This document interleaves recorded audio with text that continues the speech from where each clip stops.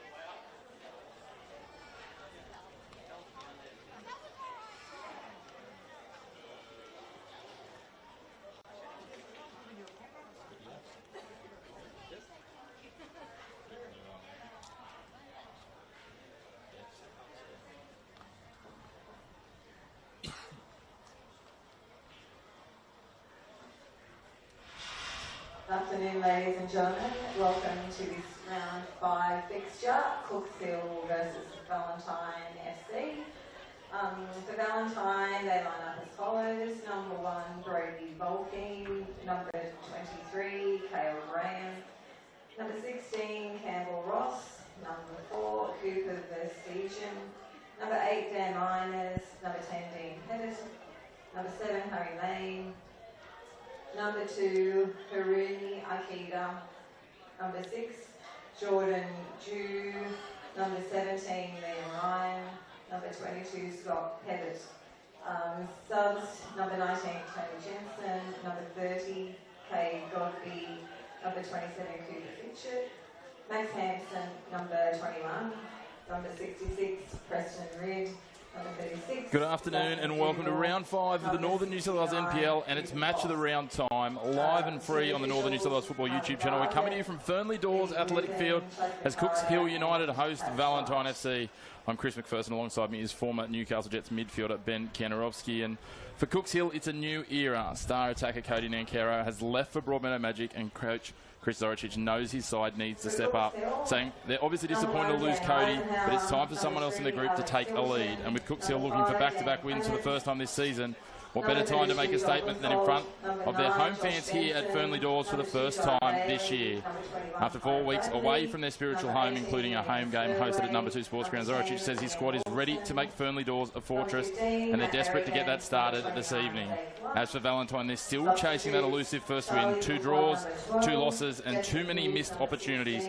Their coach Callum Garbutt remains positive but knows his side needs to be more clinical, saying, we've been in every game and now we just need to stand up, go together and take our opportunities.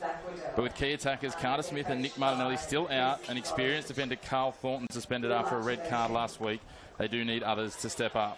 They were hoping to have their Japanese visa player Kahani Yamakami available. However, his international clearance has not come through in time, so we'll be looking for another X factor. Ben, welcome back. How do you see this one shaping up? Yeah, it should be an interesting night, or afternoon, sorry. It's going to be a test for Valentine coming into the game without Carl, such an experienced defender. Really want to organise the defence early and get stuck in. I think Cooks Hill are also going to be determined to prove that they can perform without Cody. It's a big loss for them, but they've got a lot of depth in their squad that should be able to get that result. It's an interesting one. Literally, as this game gets set for kick-off, Cody Nankero is lining up in his new colours against Bell Swans, who he scored against last week for this club. It's a fairly unusual scenario playing for Magic against Bell Swans a week after he played for Cooks Hill against them. Exactly, and that's why football is such a wonderful sport. There's such things can change in such a short amount of time that makes it really exciting. So I wonder what will happen next week, I guess. We'll wait and see. Well, the one thing is people might be asking why is it that Nankaro's allowed to leave. He's under 20, so it means the transfer window rules don't apply in the same way they do traditionally for players, as we see the two teams making their way out onto the field. Let's take a look at how the starting 11s line up. Starting with the visitors of Valentine FC, in goals will be number 1, Brody Volkine. Number 2 is their import hero, Akita. Number 4, Cooper Verstegen. Number 6, Jordan Goose. 7, their captain, Harry Lane. 8, Daniel Miners, who finds himself facing up against his old club. Number 10, Dean Pettit. Number 16, Campbell Ross, another player who's previously been in the Cooks Hill United colours. 17 is Liam Ryan, 22 Scott Pettit and 23 is Cale Graham. They are coached by Callum Garbutt. While for Cooks Hill, the lineup for the home side, in goals number 1, Daniel Eisenhower. Number 2 is Jai Bailey. 3, Alex Hilton. 5, Daniel Clements. 9, Josh Benson. 10, Liam Wilson. 15, Matt Berrigan in for his first start of the year. 18, Liam Spurway. 21, Kai Bradley. 29, Zake Luck. And 32, Joel Clissold. Both sides likely, based on what they've done earlier in the year, Ben, to line up in a fairly traditional 4-3-3. It's going to be very much about who can get the best of the start and get the execution. We called Valentine's last game, and that was very much a focus for them. They tried to go with Newcastle Olympic. Both teams came out of the gates quite fast, but Olympic were better for the 90 minutes. Yeah, definitely. I think today will be a similar aspect into which team can probably play to their strengths the most, and for the entire 90 minutes, I think Valentine did that briefly last game, and they were rewarded for it. So hopefully they build on that this week, and then the counter for that would be Cooks Hill playing to their major strengths and assets and really looking to control that ball through that mid-third and get them in behind Valentine early. It's going to be interesting to see both sides, some adjustments to make. We touched on Nankero being out, obviously for Valentine. They've had injuries. They've now got the suspension of Cal Thornton. He was a key piece of their defence. So that adaptation to a new starting 11, I mean, it's always a challenge that you face at these levels. Constantly players unavailable, whether injury, suspension or other commitments.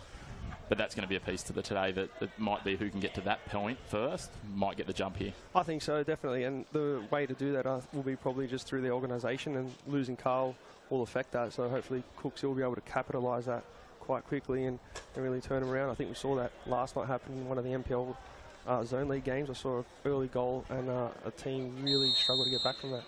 Oh, one thing's for sure, it's a crucial contest. Will Cooks Hill rise to the occasion and find a new talisman, or can Valentine finally convert pressure into points?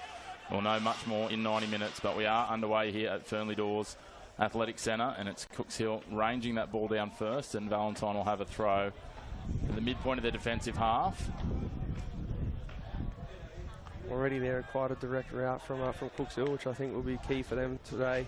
Not too much of a win to be playing a factor, but it'll definitely play a factor for turning Valentine around early. Goo on the ball. He was lively for them in that loss to Olympic when he got injected into the game. We'll see what he can create here. Ball momentarily turned over. Clissold pushes it across the sideline. Valentine with another throw. Lofting it long, looking for a key man up front in Pettit.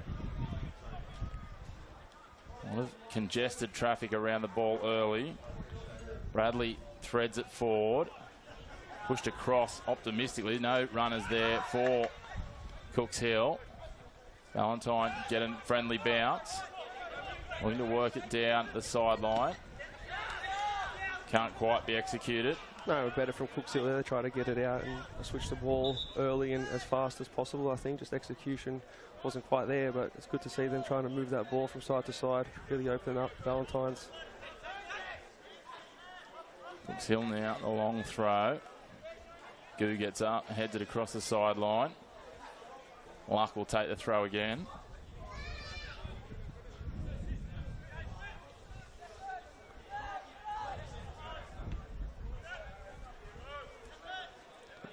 How long? The ball finds its way across the sideline. We'll have another throw to Cooks Hill.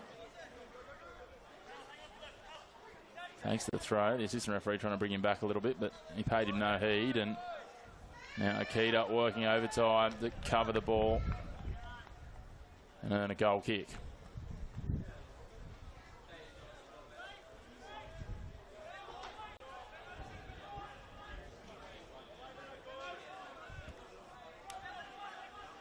Valentine playing out there, not too much pressure from Cooks Hill, which is a bit different from their game last week against Hamilton. So see how they utilise that for the rest of the first half. Opportunity here, Clissold lays it off. Attempt to be fed back. It's found a nice friendly target. Now an opportunity at the top of the box. They try to play it in from the edge of the 6-yard box, but it's broken up by Valentine. The threat not completely dissipated though. No, those crosses low and hard really do make it hard for the defenders to really try and get in the right position. Pettit with the turnover, pushes it wide. What can they conjure here? No one in the box. A runner now coming in. Momentum stop though. Goo works it around the edge of the 18-yard box. Gets forward, trying to feed a ball in. Good defensive pressure, and we'll have the first corner of the match going the way of Valentine. You see that last break there, just that open space in behind the defence and the goalkeeper. They really did have the opportunity to make that cross through there and provide a real threat to Cooks Hill. So they probably really need to utilise that when they get in those positions.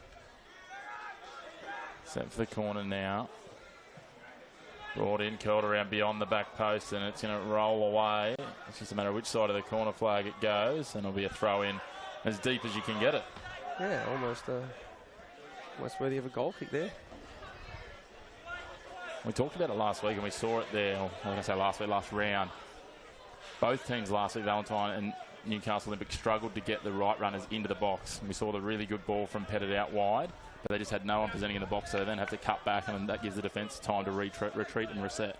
Yeah, definitely, and I think it starts with the ball. Like if you're not willing to play the ball and show the attackers sort of what they're missing, they're never going to really make that run or put themselves in the opportunity. So I think it's wise just to instruct the wingers or whoever's crossing the ball and put that ball in the spot, and then it's easier to coach the runners to get in there. Really, it's probably more about effort and recognition than it is not being there at the right time.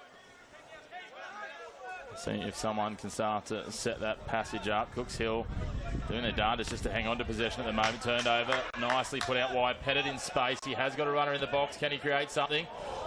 Watchful there from Eisenhower. Decided not to play it, and it probably was the right idea in the end. Again, the danger of that ball just in between the goalkeeper and the defender really has an impact. Makes it very hard for some of the the defenders to really make an opportunity and choice of what they're going to do. Spurway feeding it forward. Bradley now deflected by a Valentine defender. Threat not completely gone. Cooks Hill will regroup on halfway. Liam Wilson going forward. Cooks are really looking to switch that play a bit more in these early stages. Spurway threading a ball out in front, looking for Benson. He does well to track it down just inside the byline on the edge of the 18-yard box, but can't control it. And we'll come back for a goal kick. Good early signs there from Cooks Hill, sort of playing direct when they have to and changing that point of the attack when needed. Really sort of trying to get those Valentine defenders moving and open up some spaces. It's interesting to think that Benson, he's a name that we've seen around the NPL for a few years now. He's at his third NPL club. He's only 21. So to have that bit of youth, but to still have some experience behind him of having been in a couple of other systems with Broadmeadow and Lambton. Yeah, definitely. I think the minutes played, I read an article the other day about PFA did on minutes played of games compared to training and how much more beneficial it was, obviously, having played higher minutes than more games than actual training sessions. Lane threads it back. Ball put out in front here, looking for Pettit. Dean Pettit working to try and find space or a ball for a teammate. He lays it off for their captain. No, way to goal present, so they pull it back through Miners. Those former Cooks Hill players we talked about during the intro. Pettit puts it centre field for Ross. He was the goal scorer in their last game. Pokes it forward. The flag stays down. It looked close. They can't quite keep it in. Liam Ryan, despite his pace, just can't trap it before the byline. No, but good use, a little intricate passing in the edge of the box. I think Hill really sort of set up early defensively, so breaking them down is probably going to call for that fast transition, fast little tiki-taka, if you want to call it that, around the box, get that half chance for a shot. He almost did get that opportunity just then. Certainly did. Bailey drives it long, but it's picked off by Akita. A pass, a little risky going back to his captain. Valentine then decided to clear it forward where it's dealt with by Clements. And he's playing it off. Spurway lofts it forward, again looking for Benson. He seems to be their go-to in the opening 10 or so minutes here as they just try to set their standard. Mulkeen happy to just trap the ball on his boot and take his time. Now, Valentine try to go round the outside and out flank Cooks Hill, but it's broken up. Liam Wilson, a man who's no stranger to black and white colours. He's spent the last 5 seasons at Western. As Valentine now push forward through Ryan. Campbell Ross makes a run, gets to the outside. He's going to turn on the pace, try and create something, looking for someone running into the box. Pettit's running into the box, but it's broken up there. Not exactly a textbook defensive clearance, but nonetheless it works well for Alex Hilton. It does the job. Away from danger. Both sides happy to try and go reasonably direct, not trying to, as you say, play it around too much. It's sort of 2 or 3 passes and getting to the top of the 18-yard box. No, you're right, but I think that's okay. Early doors in the game, you want to sort of almost get that respect to play the ball in that mid-third. I think if you're not willing to turn them around early and put that doubt in the defender, then they're always going to keep coming and really enclosing that space to play in. So see how the next 10-15 minutes pans out. If they continue to do that, it's also a viable option for coaches. They're going to back their attackers, really getting beyond. Because by the end of the game, I guarantee defenders are going to be going, not wanting to chase those strikers in beyond. All played back now, Benson for Hilton. Hilton offered time and space, takes it. A sliding effort there from Goo, breaks it up. A little more patience from both sides here as it just exchanges in midfield.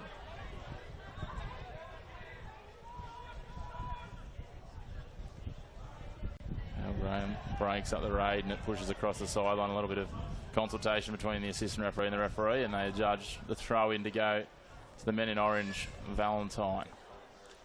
Again, I think probably key for this game would probably be the team that utilises that switch of play the most. They keep sort of forcing it down one side. Most teams will probably set up adequately. It'll be that switch of play and second ball in that middle third that will really showcase which team will come out on top. Goo working overtime, plays the back Miners. They go wide. The handful of chances that have been created so far have come from that second phase play in that mid-third, or the early switch of play and really give their wingers and their fullbacks to get overlap, get a cross in. Especially with both formations played the same from each team. I think it's going to be critical to see which team is able to keep that ball. Create that overload, great 1-2. Opportunity here, almost spills across for Clissold, but it was cleared by Harry Lane. And Valentine continue to try and constrict and close down the attacking routes for Cooks Hill. They play across the back now, Clements. Now Bailey goes wide, Luck. Now they start to move it around a little more rather than the initial direct attacks. As soon as I say that, they thread it forwards, looking for Spurway. He gets hold of it. Control is lost. Cooks Hill asks for the foul, but they'll get the corner. Yeah, I think Bailey on the right-hand side for Cooks Hill looks a bit more comfortable getting forward and providing that width. I think in these types of formations, you really need that if your wingers and midfield are probably going to stay a bit more narrow. You really need your fullbacks to overlap, provide you with that width and that get out of jail free card. Wilson to take the corner. Goes short. Spurway back for Wilson to the top of the 18-yard box. Pokes it in, headed away by Lane. Gets to the top of the 18-yard box where Pettit clears it a little further, but not completely. Now Goo up against Wilson. Wilson wins out. With a lottery at the moment. Neither side really able to grab hold of possession. Ross just hacks it away out wide to Valentine's left, where it'll be retrieved by Alex Hilton, who's happy to take his time and settle things down. Now he pushes it down the line. Bailey pushing it forward. Comes back to Bradley. Again, not able to complete the attacking raid. All of a sudden, Ross freed up a little. Comes back infield, Ryan. Deflected and well cleared in the end by a recovering Jai Bailey. Yeah, it's interesting how many teams actually go short of corners in the last few years. I think about 10, 15 years ago, all the teams used to go quite direct. I think there's been quite a change in football philosophies, which is interesting because I think for every pass after a set piece, your chance of scoring decreases by almost something like half. So it's sliced into the box there. It was dangerous for a moment as Pettit came chasing through, but Eisenhower dealt with it quite well, and Pettit's managed to recover from the ground to chase down here. As Akita does well to shepherd away Clissold and ensure that Volkeen has a clean take on the ball. Volkeen looking like a rugby league halfback with a few dummies there. Yeah, he's throwing them around everywhere, isn't he? Might seem tonight for the Knights. You see the ball go towards halfway. Oh, there's a strong push in the back there. I was going to say, Jai Bailey didn't even try and disguise that one, No, and the referee all over it. Also reminiscent maybe of an NRL challenge. That might look like one of the Jets the Jets A-League women's players that's been throwing herself into a few challenges this year. I saw she got on the score sheet late. The Jets girls came back from 3-0 down to get back to 3-3 in stoppage time, only to have their hearts broken. They did. It was a very, nothing like your first. There was a bit of controversy, I think, around that last goal, but anyway. That's football. No VAR. The goal stands. The referees can only do what they can do. Speaking of other scores from around the ground, obviously Friday night kicked off our round, and it was a comprehensive win for the Edgeworth Eagles, 4-0 over Adamstown Rosebuds. So, well done. to Edgeworth. Adamstown only just beat Lambton, I think, the round prior to that. A very depleted Lambton, but yeah, Adamstown getting a win and really put a cat amongst the pigeons when we have a look at the standings, because there's a lot of teams clustered around similar points, and not many people would have been tipping, a quarter of the season gone, that we would see Lambton sitting down in the cellar alongside some of the teams that they're with.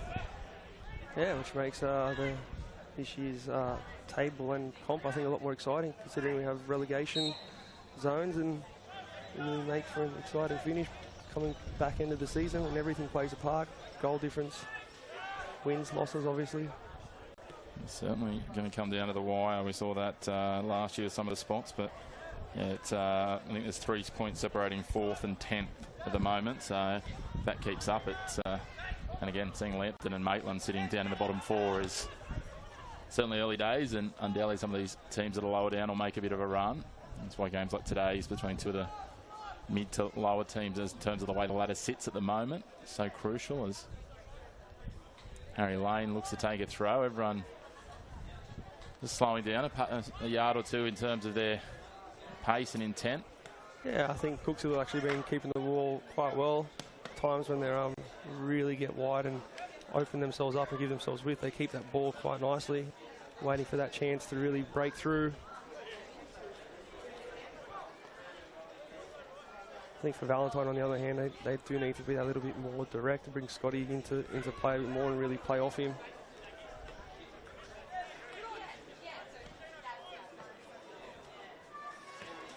Pettit now getting forward, trying to take it into the box, does well. Deflection falls Valentine's way. Racing forward now, Lane trying to get to it, just taken out of the box by Cooks Hill in the nick of time. And they go for a direct ranging pass, but it's intercepted by Akita. Akita, now Lane.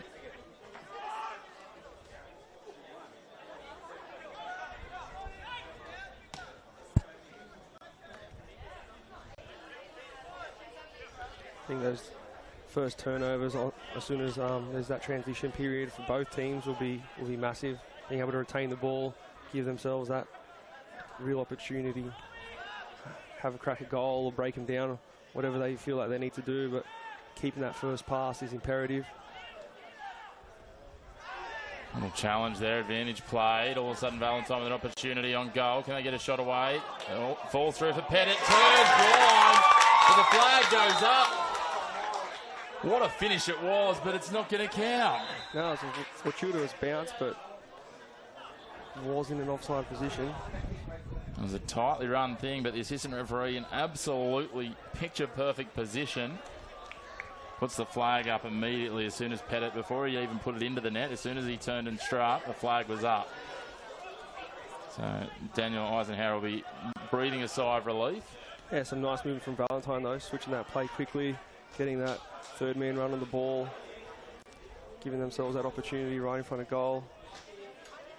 And Cooks are really just going to be aware of those runners that come late from Valentine. You've got someone like Scotty Pettit who can hold the ball up.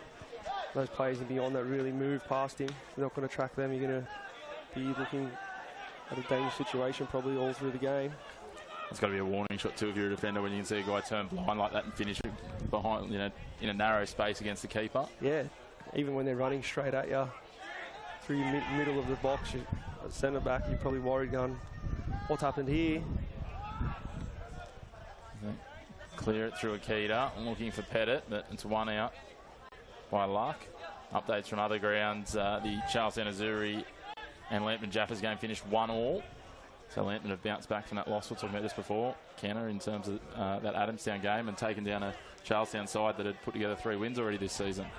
Yeah, it's a good result for them, I think, especially after the last result. I think they did get their squad bolstered by a few players returning, so probably good that they had a positive impact. Charlestown probably weren't happy with that result, considering they've been on the trot for a few games, but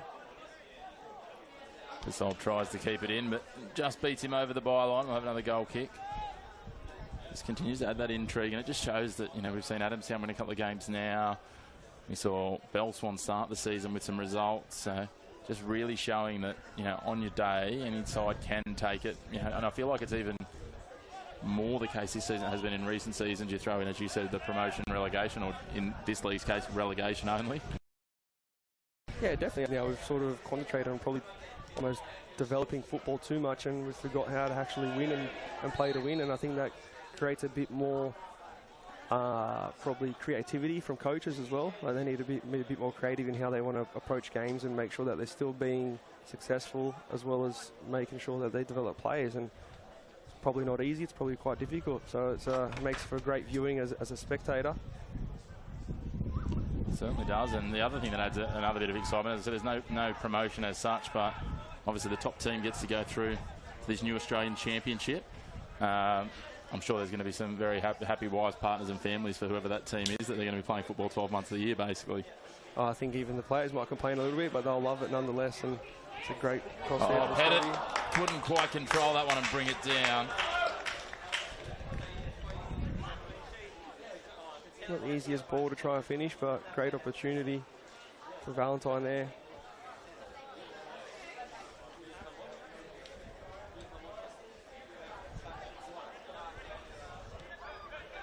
Now Cooks Hill work it out. Valentine's still quite happy to sit back like they did against Hamilton.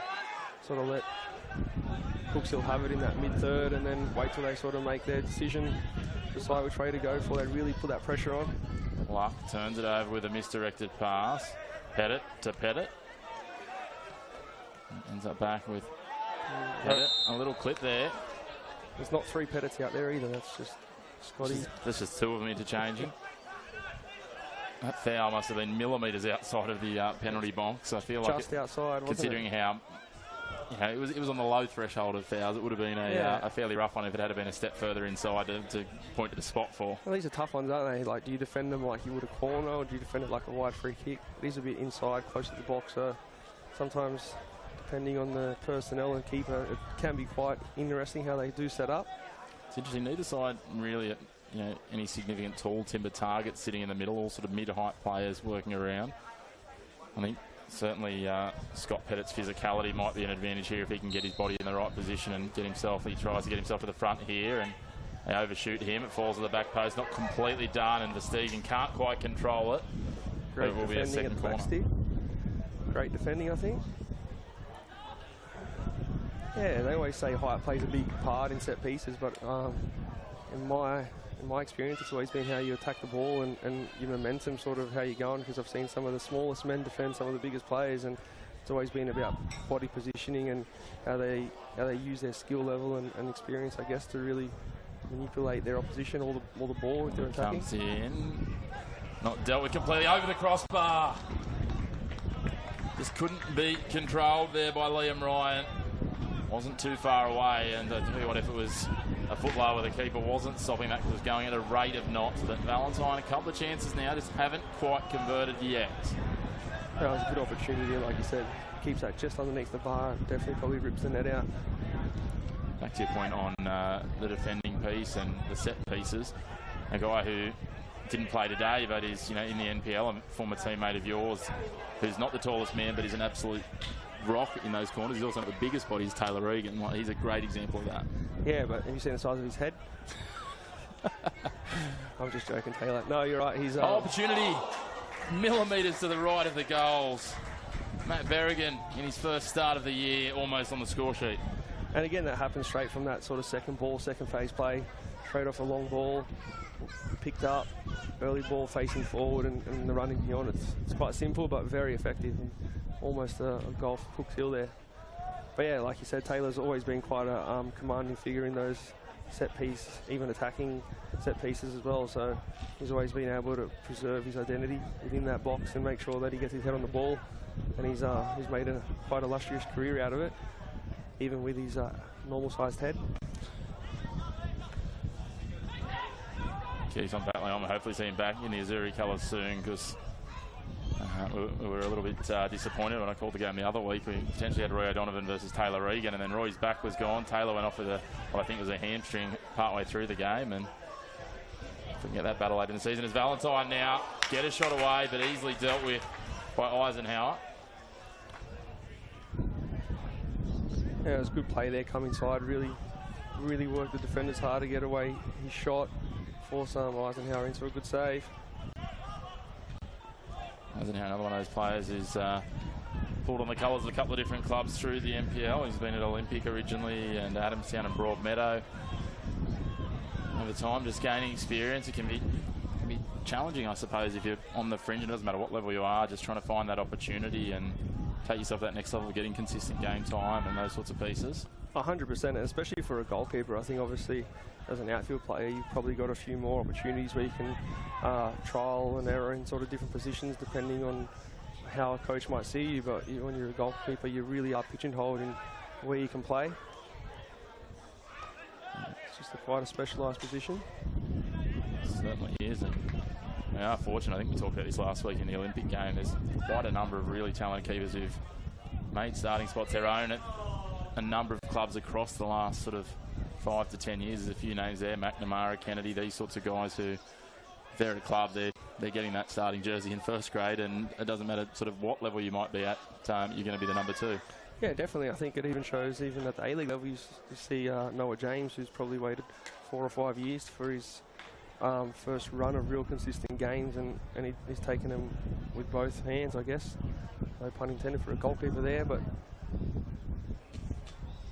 yeah, you know, you can talk about too, you know, the meteoric rise. And Alex Paulson, he was, you know, thought to be number 2 behind Jack Duncan 18 months ago, and now all of a sudden he's on the books of a Premier League club. We know he's back on loan here in Australia as Valentine try to keep that in, but they can't quite, and will have a goal kick. But it's those sliding doors moments.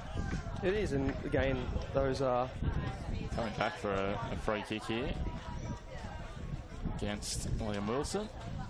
Yeah, I'm not sure if I saw that challenge actually. It's enough to grab the referee's attention. It wasn't really enough to completely break down the play.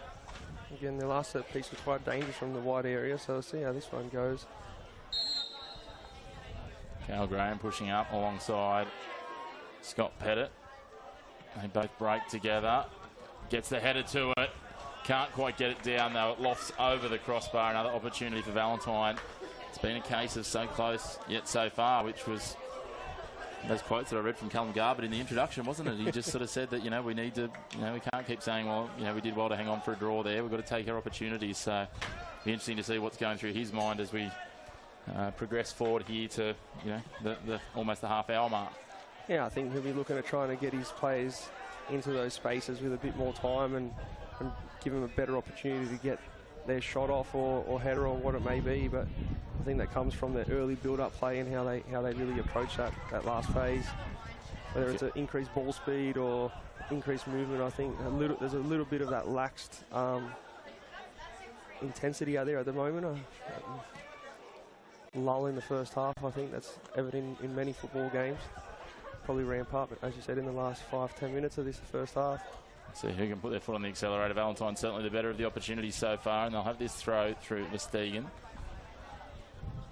He goes long and very lofted with the throw. Now it comes down to Clissold. He hits it forward looking for Benson. He managed to trap it with the back of his foot. I'm not sure it's quite what he was looking for, but it worked out okay. Being hassled by Graham. Pushes it infield, trying to draw a corner, and it stays in play. Luck feeds it in. Spurway now into the box, but there's a runner on the goal line and runners on the 18-yard box, and it fell halfway in between. Luck can't control this one with the shoulder, and it goes across the sideline, and Valentine will breathe a sigh of relief for the time being. Yeah, again, it's those turnovers. I think when they're on transition, they really need to keep that first ball. Both teams, when they do keep that first ball, they almost do get an opportunity almost every single time. So it's probably really imperative they really do try and concentrate on that first pass once they've won the ball. Ball lofted forward. Akita picks it up under pressure. Gets it away despite the attention of Berrigan. Now Ross. Both players holding each other's jersey. The referee happy to let it go while they're both giving as good as they get. Ranging ball down towards the edge of the 18-yard box. Volkeen comes out. Kicks it on the volley. Does well to clear it beyond halfway. Luck with some time and space. Leads it down. Berrigan gives it back in. Luck on the slide. Can't quite get it to his end target. Ryan turns it over again. And there's that piece you're talking about, Ben, where team's just struggling to get it. Their transition nicely from their defence into midfield with a couple of passes. But now that they're moving away from that direct style that we started with, they're having trouble transitioning into their forward line. Yeah, exactly. I think they've got to be more proactive in their response to when their players actually receive the ball. I think a lot of players waiting for that, for their teammates to take their touch first and then sort of move, and then by then the pictures change or something else has happened in the match. So a bit more of an early recognition to get into space, help their friends out. Just hold back for Bailey, who goes long again, looking for Benson in the one-on-one challenge with Graham, but it goes across the sideline, and they'll have a throw here for Cooks Hill. Yeah, and even the throw-ins are such a useful piece of playing football. I think everyone just forgets about them and simplifies them, as you see there. Quick throw. Luck gets the opportunity, takes the edge of the 18-yard box, well defended for the time being. And did get a deflection off Luck last, so make sure he keeps it in rather than letting it go for a goal kick, but it can't be controlled there. Just a little bit of a heavy touch under pressure from Spurway. And it'll be a throw in for Valentine, and again, they see off the throw.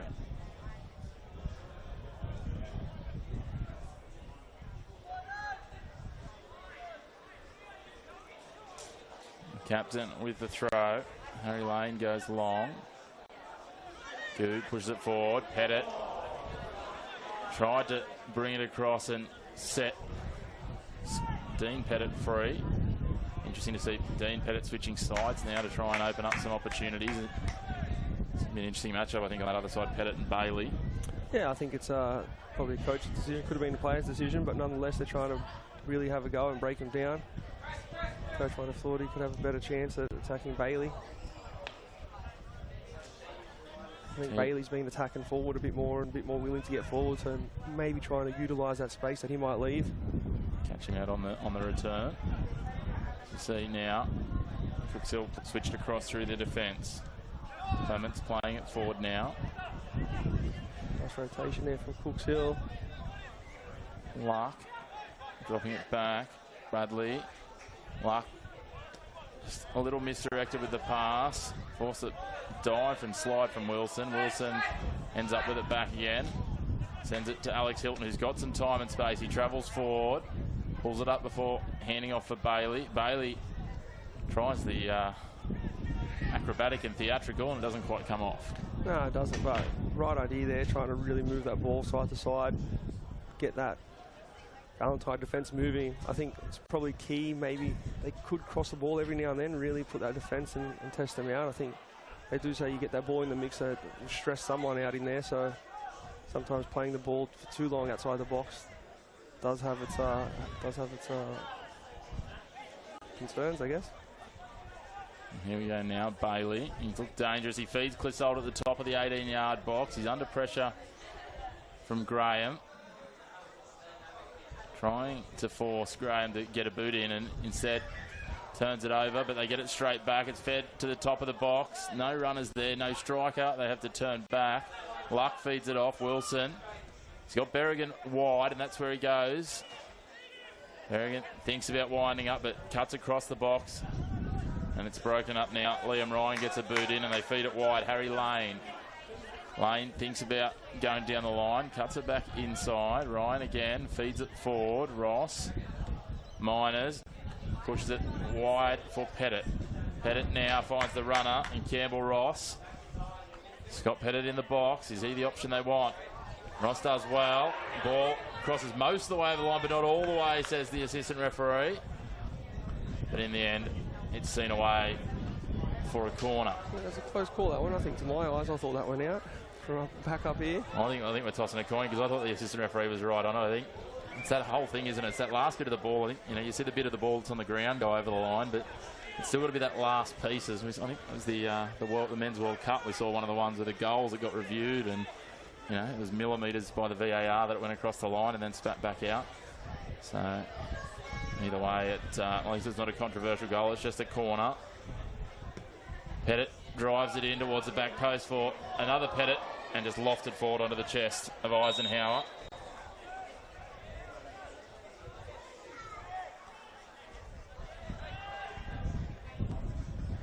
Again, that play from Valentine, though, did come from their nice ball movement and switch of play. Create that space on the other side. The switch just giving their players that bit more opportunity to make those runs. think we spoke about before, that lax sort of intensity in that mid part of the game. I think both teams are going to need to really step it up, especially in that final third. Goo now with an opportunity, feeds it wide. I agree. It could be interesting to see who can find the accelerator here, I think, over these last sort of 10 minutes or so.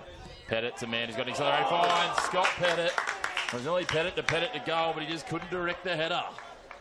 Those hard crosses are so hard to defend, even if you miss them as an attacker, there's a strong chance that a defender might just run them in. So it's a great ball, and I'm not going to say a poor header from Scotty, because I've seen him head many balls, but it was a good opportunity for Valentine. Again, it comes back to that piece. You only need to take one or two of them. And unfortunately for them, they've had by far the lion's share of the opportunities here. But the one thing that we can say is that Dean Pettit is giving them absolute nightmares, especially when he's on this right where he switched back to again. Yeah, and he might be given a little bit of a free roll. He might be able to go between the two, really create that nightmare for the Cooks Hill defenders. Hard to track, hard to pick up. Not sure who's got him. Give him that space to really get that cross in. Cooks Hill now. Could they go against the run of play and snatch one before half-time? They push forward here. Berrigan feeding it. Looking for Benson. Deflection taken, and we'll have a second corner for Cooks Hill. Again, that final third, I think, for both teams, going to be critical, trying to break each other down. Team that maybe can pick up that intensity, really create that space for themselves, will probably get that goal. Otherwise, on the counter-attack, obviously it's done in for you through design. Obviously, you're counter-attacking with that pace, you've got it behind you. So breaking down the team is going to be massive with an increased intensity. Spurway with the corner. Headed down. Dominus for a moment there. It's looked like Volkeen was having a momentary pause, and then he just stepped to his left rapidly and picked it up. Yeah, sometimes those headers that go down just slow down time, I think, in football. So that's getting into that interesting land, isn't it? Especially when they're that sort of stooping header. Because you're not sure as a keeper, I'm sure, whether they're going to go down with the head or whether they're going to bring it to ground and use their boot, which starts to create all sorts of different avenues. This time it's Scott Pettit feeding for Dean Pettit. And Dean Pettit gets Valentine on the scoreboard. A nice clinical finish. This time the flag stays down, and we said only moments ago, Pettit almost goal. This time it is Pettit goal, but it is Dean Pettit on the finish. It was a great alliteration there, but yes, a great goal, great run, and a perfect pass from Scott there. Again, that sort of come against the run of play. I guess Cooks Hill had the momentum with their corner, and I'd almost call it a counter-attack, but it was that intensity, I think, with the run, the pass, all of it combined, that broke down Cooks Hill's defence. It's just that first piece we talked about only a minute ago when Valentine were down here, about just someone putting their foot on the accelerator. Both teams were a bit more methodical and casual about how they were going forward, and then all of a sudden when they put the afterburners on there and just pushed forward and went a bit more direct again, it opened up, and we could see Cooks Hill, they pushed two defenders onto Scott Pettit. He managed to thread the ball, and all of a sudden Dean with his pace was free. So, and you can see straight away there's a spring in the step of the Valentine FC side. They'd love nothing more than to double the lead as they go into half-time. And for Cooks Hill, they're going to have to make sure that they tighten things up at the back. Yeah, it'll be good to see how they react here. Might spur them on and force them to sort of increase their work rate a bit. And they haven't not been without their chances, so might be able to put them into a good position for a goal opportunity. St. Clisol break it down here. Lane feeds it wide, nicely threaded inside for Goo. Plays it into the centre. Ryan takes a shot, diving save. Eisenhower gets it away, but not happy with it. Goes and takes his frustrations out on the goalpost. Yeah, I don't think he was happy with that save. I thought it was a good save. Certainly looked good back on the highlights. I think if he has a look back at that as a diving save, throw that one into the show reel. I think he should. Might be a bit more upset with his defence, but I think that maybe what the kick was intended at. Now they set here. Head it with it. Curls it in nicely over the penalty spot. Oh, Akita! The little man soars up above the pack, and all of a sudden it's a 1-2 punch from Valentine, and they lead 2 goals to nil here. Back-to-back goals for the men in orange. Yeah, again, you see there that height is really just height. Doesn't really matter at a set piece. His intention and his effort to really attack the ball was probably what got him the goal. I think it actually come off his shoulder a bit. That header just hung in the air. I wasn't sure if it was going to soar over the crossbar, and then all of a sudden it was in the net. I told you, they slow down time, headers. They're really amazing things. On key to slow down time. Speaking of highlight reels, he might be sending that off to the AFL, the way he sat on the shoulders there of a few of the boys. He just got up above the little man. And as long as he signs for Collingwood, we'll be happy. Oh, no. I thought you were all right, Kenner, but, geez. I don't know about Collingwood. They might need a little bit of help at the moment. Oh, look, I only support them because my friend Brent does, so I've probably got not too much more of an idea on that. Yeah, we can't let BA influence people, mate. Such a vital part of Newcastle that he's influenced many lives. He's a great man, Brent Anderson. Heavily involved in the Jets for a long time. Cooks Hill looking to get back on the score sheet. It's a great response there from them, and a lot more direct. And again, you see the increase in intensity from Cooks Hill. It's created a great opportunity for him. Keep that intensity, especially in that mid-third, because they've done well in that. Sorry, in that final third. They've done well in that mid-third to really get themselves into those opportunities. Just that change of pace, I think, in that final third for that final piece of run, pass, whatever you want to call it, that final product it just has been probably a bit too slow for that final goal. I think it's great to see they haven't dropped their head. They know they're still well and truly in this match. They trail by 2, but to quote the illustrious Tara Andrews and many other football commentators before her, 2-0's the most dangerous lead you can have. I was probably just about to say, it's the worst football scoreline you can probably get. Easy to rest on your laurels at 2-0 and think you've got the job done, especially when it's coming into half-time. And you see teams nip one on the recovery. There's a ball put forward for Berrigan. That's going to be shepherded across. And that will be a goal kick. I thought he might have got the corner, but it must have just been over the line before it was touched by Harry Lane. Yeah, those ones are tough ones, I think, for refs, because sometimes it's a case of might have just been a foul by the attacker, so they give the defender the benefit of the doubt, but I think I'm with you there, Chris. It did look like a corner. Would have made for a nice, exciting finish to the half, I think, having a corner right before the end. Yeah, still a few minutes to go before we'll await the fourth official throwing the board up. I can see he's prepping the board over there. He's ready to go. You see Pettit come flying through, try and get control of that, but Cooks will win out the initial header. And keep it moving here.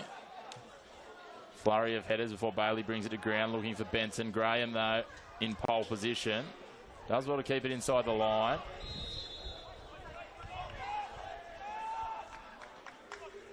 And we come back for a foul. Not sure if it was a foul or actually a handball, maybe from... Yeah, it looked like it popped up there, just to hit Graham in the arm, but... Opportunity for Cooks Hill. And send the home fans into raptures here at Dawes, Fernley Dawes, I should say, Athletic Field.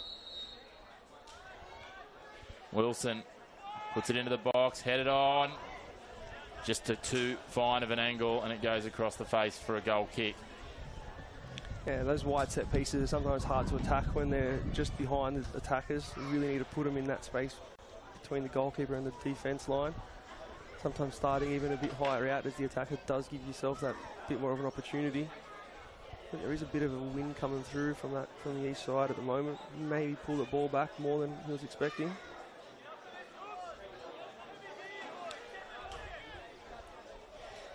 Unsurprisingly, Brody Volkeen happy to take as long as he can here, just try and push his side towards half-time with this lead. It was in the balance for so long, and then back-to-back goals. The first from Dean Pettit, set up by Scott Pettit, and then Hiro Akita soared above the pack to get the second goal from a delightful header. Now Clissold doing what he can, trying to keep it in play, and then once it was out of play, he decided that he would send it over to the fence, try and slow things down a step. Harry Lane to take the throw. He winds up and looks to go long. Brought down with the header. Clissold came into the challenge a little ginger. Falls for Bradley. Pushed across for Wilson. He feeds it through. Bailey's been dangerous. Sprays it across the bar. He's looked the most dangerous player for them. It's his first opportunity up forward, so I can forgive him today for getting that across the bar. But wow, that would have really set a cat amongst the pigeons to go into 2-1. I think so, and again, you saw that change of pace in that final third from all the Cooks Hill players. Really gave them that opportunity. shame about the execution, but his chance was there, and I think he probably saw his celebration before the ball hit the net. Sometimes when it's not as familiar a position and you push forward and you get that chance. As a right back, I would agree. I probably would have done the same thing. But again, I think that composure for Cooks Hill, especially being 2-0 down, is going to be critical. Back into this half, and then in the start of the second half, remain calm. They've still got 45 minutes to really get themselves back in the game. One goal will change everything, I think. As we said before, that 2-0 scoreline is such a scary thing in football. If you take the scoreline out of it, they're far from out of the game itself. Like, they've had chances. It's just getting that, as you said, that cohesion from midfield, taking it forward, and they've just shown they can do that as they now start racing forward through Luck. He lays it back. All roads seem to lead when they push forward from midfield into Wilson. Now it's pushed out wide for Luck again. Does well. Clissold's got it. They thread it through. Just a little bit too heavy for Benson. I feel there's going to be a time, or if they can get that pass maybe from Wilson feeding Benson forward, that they're just going to break the shackles a little, and then it's just going to be about finishing. Yeah, and a little bit better play there from them too, really getting their midfielders in between that line, facing forward, being able to slide that pass through. Again, there, that execution just probably wasn't what he needed or what he wanted, but the idea was right. Foul called on Gu as we head into stoppage time here. Just a couple of minutes of stoppage time to get through.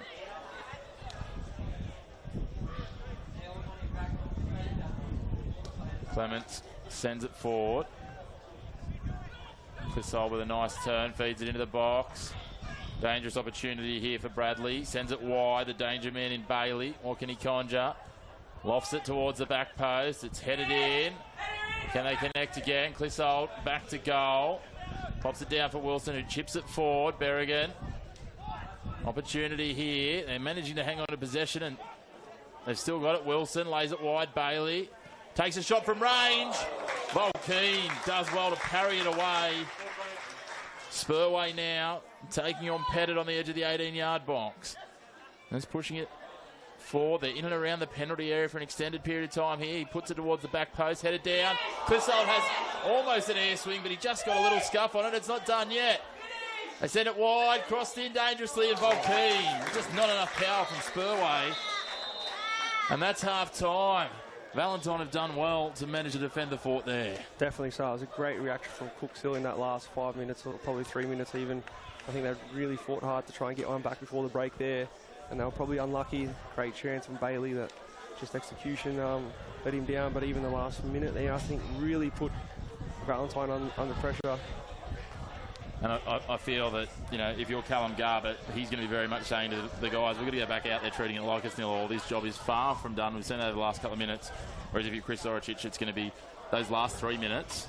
We need 45 of those. Yeah, I think so. I think we want to going in there, really emphasising. You can find football almost everywhere you look. It's not just on a pitch on a Saturday. Football is ingrained in our communities and our lives.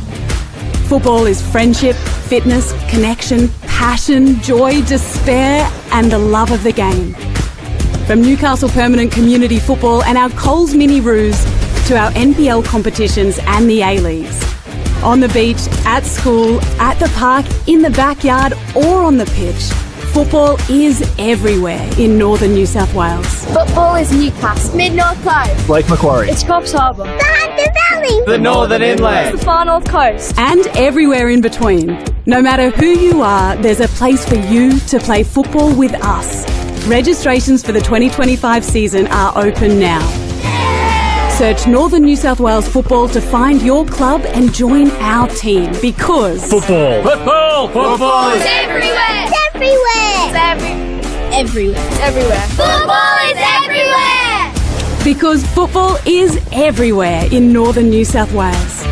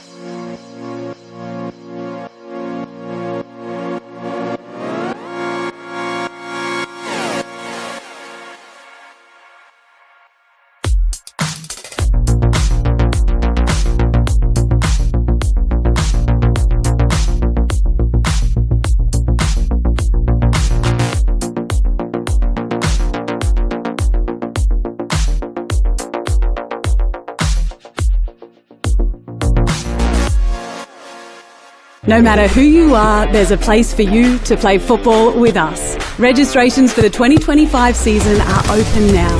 Football is everywhere! It's everywhere! On the beach, at school, at the park, in the backyard or on the pitch. Football is everywhere in northern New South Wales. Football is Newcastle. Lake Macquarie. The Hunter Valley. Search Northern New South Wales Football to find your club and join our team, because football is everywhere in northern New South Wales.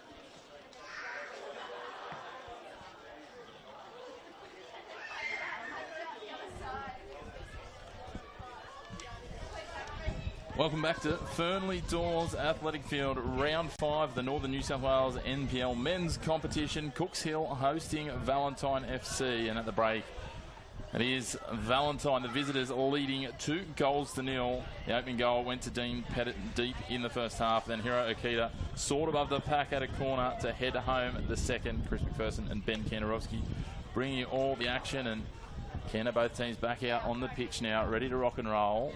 2-0 might seem like a big deficit to overcome, but from what we've seen from Cooks Hill, they're well and truly still in this. Yeah, definitely. I think the way they finished the first half is exactly how they want to come out in the second.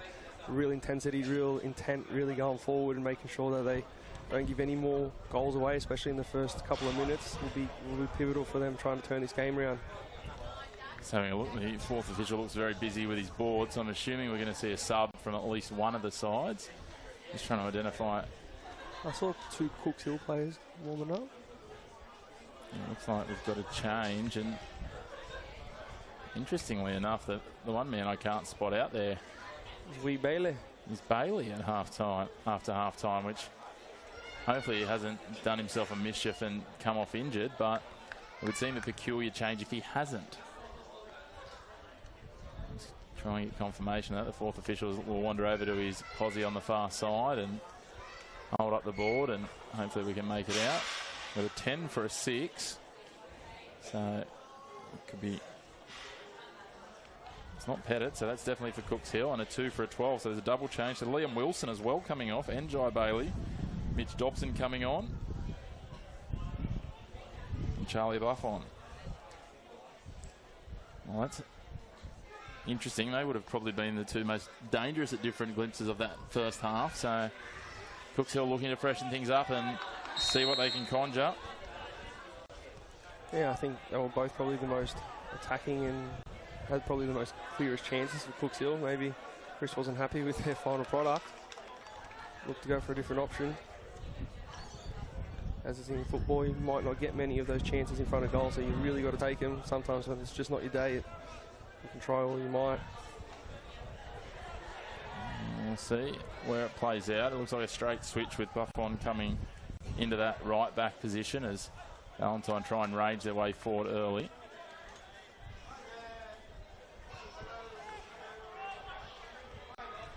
Just trying to work out where the other reshuffle occurred. Identify that in a minute as Valentine all of a sudden go on the attack. Threaded wide for Pettit. He can't quite feed it back through. Now they go wide, Ryan. Cuts back inside, gets a little touch, holds his feet. Well blocked there. Alex Hilton did well. Yeah, again, just keeping that ball for Cooks Hill on that transition, really critical. Those easy turnovers are giving Valentine that easy opportunity to sort of really attack their back line.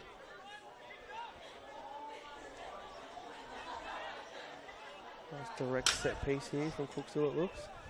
From Valentine, sorry. Okay, with arms, sorry, Pettit with arms raised. Drives it towards the back post, looking for the other Pettit, headed but off target. And he looks absolutely devastated with his own finish there. Yeah, I think so. I wonder if it went in, if it would have counted though, because he had his arms right in the back of the defender.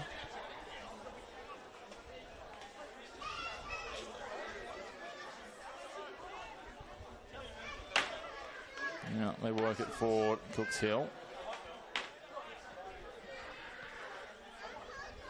Trying to conjure something in attack.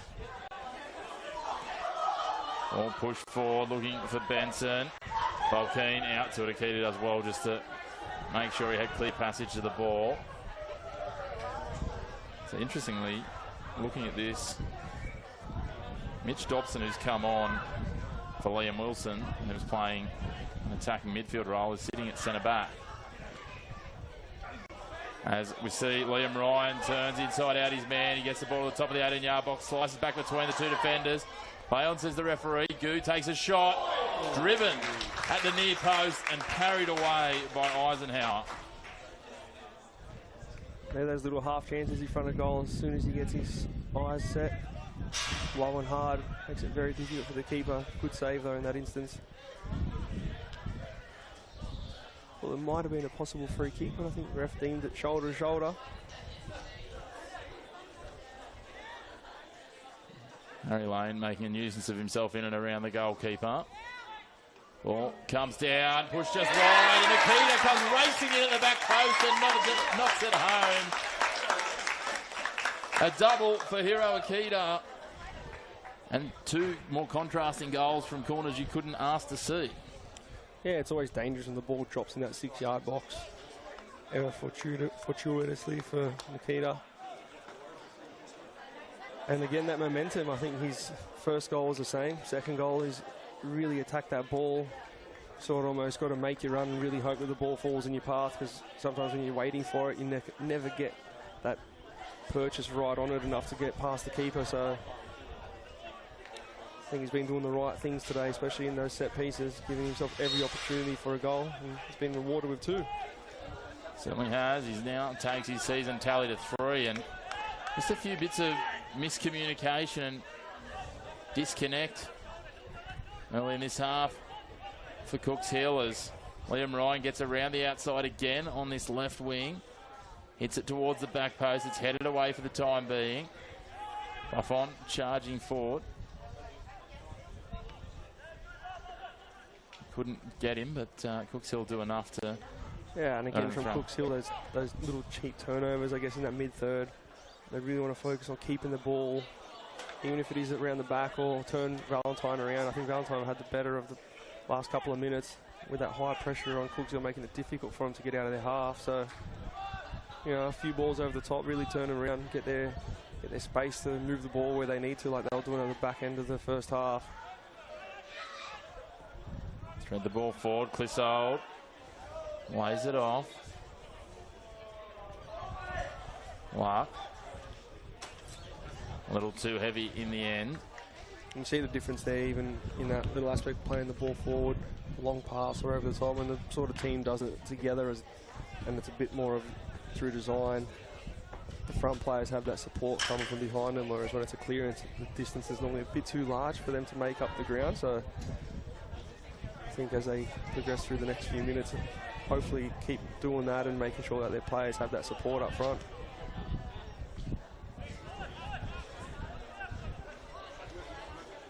Played back now by Clements. Just trying to work out. It looks like Cooks Hill might have almost gone to a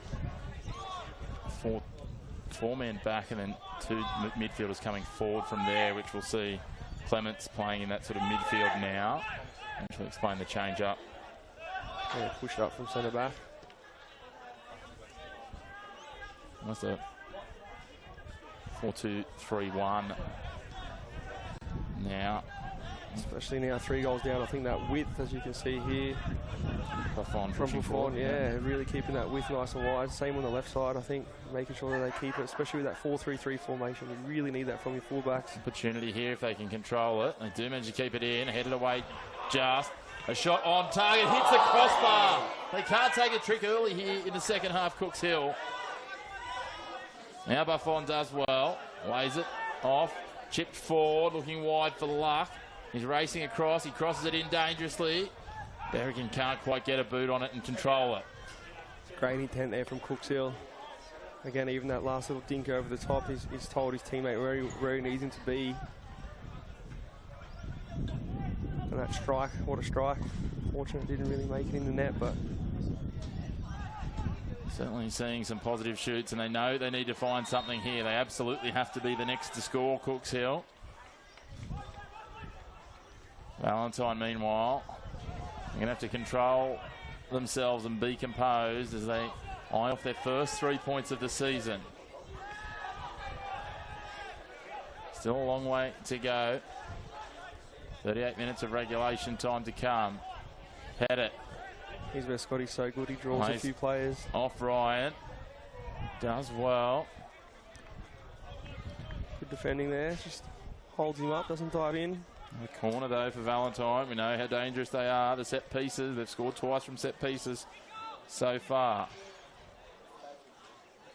Again, it'll be that man, the opening goal scorer, Dean Pettit. He will take the corner.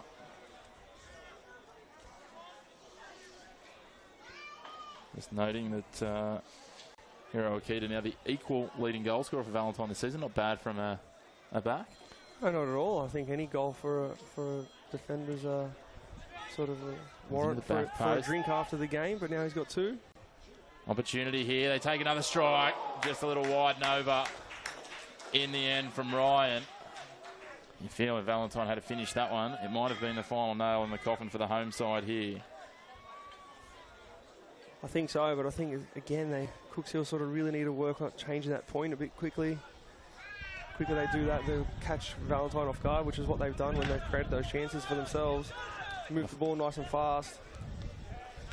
Benson turns it back infield. Buffon was making a run down this side. All of a sudden now Goo gets free on the outside, lays it off for Pettit. He's going to try and burn outside of Clissold, and he does that. Pushes the thread inside of the box. I'm sure he'll be happy to settle for a third corner of the second half of Valentine. Yeah, someone for Cooks Hill I think really just needs to settle the pace for them, whether it's their keeper or someone in that back line or midfield. Just get the ball, take a touch, really either kick it out or really turn that Valentine defence around. I think the more they sort of go to those half clearances and can't really get their foot on it, they're really going to be under the pump for these next few minutes. Well, Pettit will take the corner. Puts this to the front post this time. Cale Graham has his shot blocked. Cleared away by Clissold now. Push forward, Buffon turns back, lays it off. Now they feed forward. Clements goes wide. Luck. Much better from Cooks Hill. They're really keeping that first pass. Berrigan trying to get outside of Akita. Can't quite control it. Now this is where Valentine have found Cooks Hill out the last couple of minutes, is when that outside back, the left or the right back, is pushing hard forward, they're not working back. So that's the challenge, and straight away you can see they take it on down the line, Valentine. It's been Buffon's side the other two times, as we see a sliding challenge from Clements. Now Pettit does well to control it. Scott Pettit takes off, tries to feed it for Dean Pettit, but Buffon's there. Clements laying it up, realise they don't really have any open options. They go wide to Luck. Yeah, I think that's going to be the risk for Cooks Hill too, especially being 3-0 down now. They're going to have to probably take that risk that they might not have before, but at the end of the day, they 3-0 down and they do need some goals, so they need to make that overload, keep that width. A bit of hard work's going to be required. Push forward here, this is looking more promising. Pettit just getting some shoulder in there. Clissold can't control it.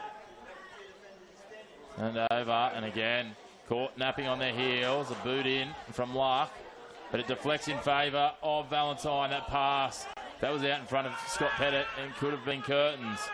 Sits behind him, and instead Buffon lays it forward now. Clissold gets ahead of Verstegen. Seeing how the game's setting that a little bit more stretched out, a bit more opportunity. A lot more counter-attack opportunities. Broken up there by Ryan. Lane comes forward, manages to get hold of the deflection, pushes it forward to the advantage of that man in Ryan.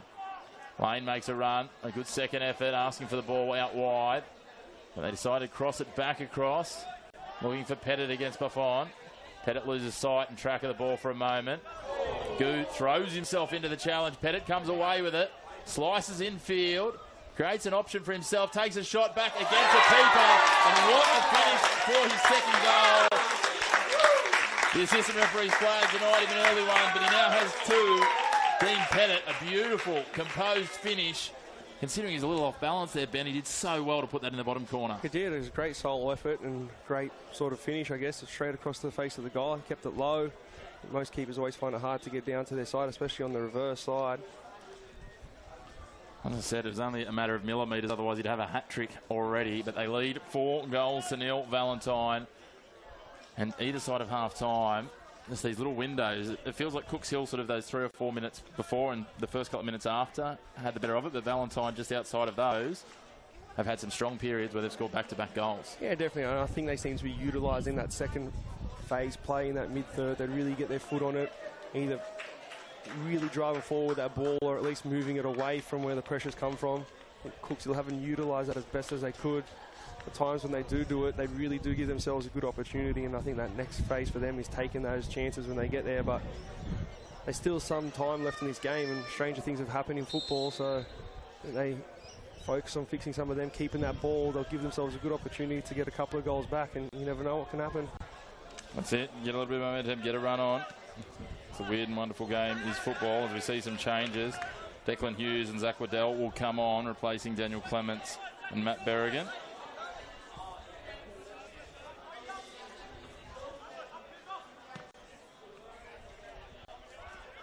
Well, like you said before, I don't know how many teams actually rest on their laurels, depending how many goals they go up and things change. So it can have a big impact scoring at least one goal coming back into the game, and how momentum can quickly change. Well, it's got to be an interesting mental state right now for Valentine. They haven't won a game yet this season. They've been in a couple of games and faded late. But to have such a margin, there must be a piece in their mind that there's a real possibility of getting comfortable at 4-0. It's a significant lead, obviously. Yeah, it would be a good test for them to see how much they can keep their focus and keep doing the things that they're doing. Change also for Valentine while that all happened, and Scott Pettit getting a deserving break. He's been outstanding up front, has worked overtime for them. You're saying that because he's old? No. Oh, I am. I'll leave that for you to build rivalries with players. I don't need anyone coming after me just yet. And it's Toby Jensen that comes on for him at the top of the attack. And off of post again. Declan Hughes. It was almost the super sub there, but that's been a story of Cooks Hill's day. So close, yet so far. I think so. And I think that was the opportunity right there for them to really turn their game around. But again, it did come from them keeping that ball in that phase of play in that middle, give themselves the opportunity up front, and then again just that final finish, letting themselves down. Millimetres away. You could feel hard done by, but you feel they've had some really good opportunities that they haven't finished, so you can't be cursing the couple off the woodwork just yet if you're Cooks Hill. No, it's good their effort's still there. They're still trying to get that ball in the box, and you know, could be only a matter of time before they really get one in there, change the whole game. Speaking of effort, young Jordan Goo there just absolutely throwing himself into the 18-year-old, and that's a little unnecessary, probably is the nicest way of putting that from Liam Spurway on Dean Pettit. Down on the ground, holding the knee. Yeah. He's holding his right knee, then he's holding his left knee. Hopefully he's all right. Yeah, he might have a bit of concussion, we're not sure. Oh, we're not doctors. We'd be ruling blokes out for weeks at a time. The physio's out and have a look at him. Hopefully just a little knee clash there. Yeah, I I think think it's a bit of a professional foul. He saw him going away. As I said earlier in the game, you really get towards that mid part or even into the second half. The defenders have been chasing attackers in beyond all game, and they start to get a little bit, not laxed, but a little bit complacent, not wanting to track back the whole way. You know, 3-4 metre sprint with a foul in a wide area is probably a lot easier than a 40 metre sprint back. especially when you get a nice little 40-second breather after that. Exactly right. I don't even think he got a card for that, did he? No, sounds like you're talking from experience. Oh, someone told me that. Someone told you. I read it on ChatGPT, yeah. I was going to say you don't have to name any names, but you know, I'm sure there's some of your former teammates. Yeah, Valentine, they'll be happy for the time to be chewed up. Verstegen, let's push forward. Miners getting up there, looking for it. Verstegen turns it over. Again, just that disconnect between the midfield and the forward line for Cooks Hill. Turns it over. Now Harry Lane plays it wide. Yeah, a little bit more of that composure for Cooks Hill, I think. See there, they... I was going to say a little bit of confusion here. I thought they were probably lucky to get away without a foul, and I think the referee, again, like you talked about before, was just, well, look, Valentine going to get the throw, we'll let that go, and Cooks Hill thought they had the throw. Yeah, I think good refs do that, and I think, is that Cammy out there reffing today? He's was good at keeping that momentum going and making sure the game just flows through itself. Not too many stoppages. Let's see if Cooks Hill can claw a couple back still. Plenty of time to come here. Best part of half an hour, including stoppage time. Ball spills wide. Zach Waddell did his absolute utmost to keep that in and just managed to track over the line. Yeah, that's a tough one sometimes as a player. You're always taught not to let the ball bounce, and you know the risk is letting it bounce, give yourself that easier touch, or something can happen when the spin of the ball or another player comes in. So Cooks Hill now with a throw in the attacking half. Buffon looking directly into the sun, lobs it up.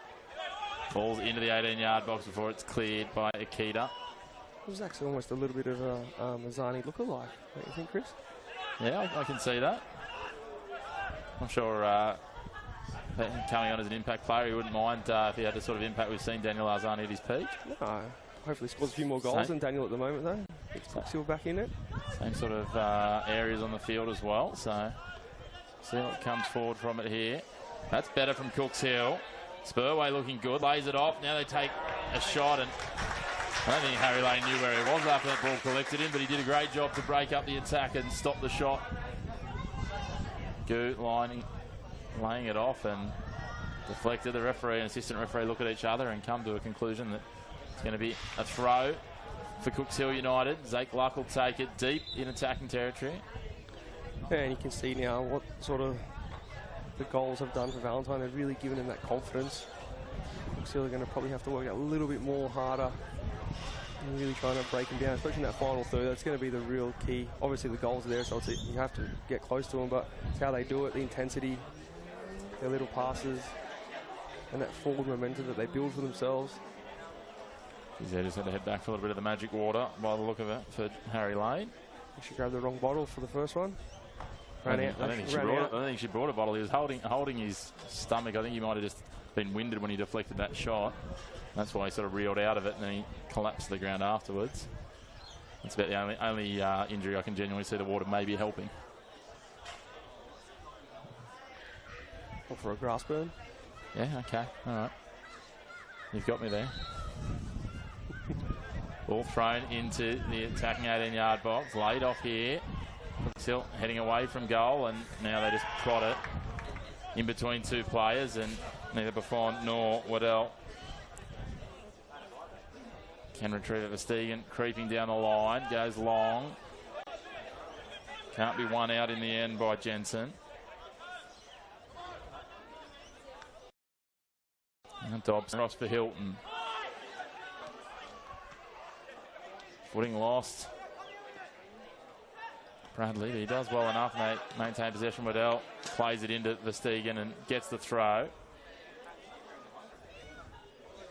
Really like to see Cooks Hill sort of really move that ball from the other side. A few times that they do that, they've almost always got a cross or some end product out of it. So you see now they started to really switch it across.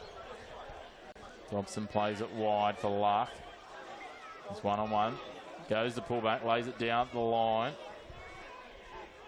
Opportunity here, push back to the top of the 18-yard box. Can they get a shot away? Yes, they can.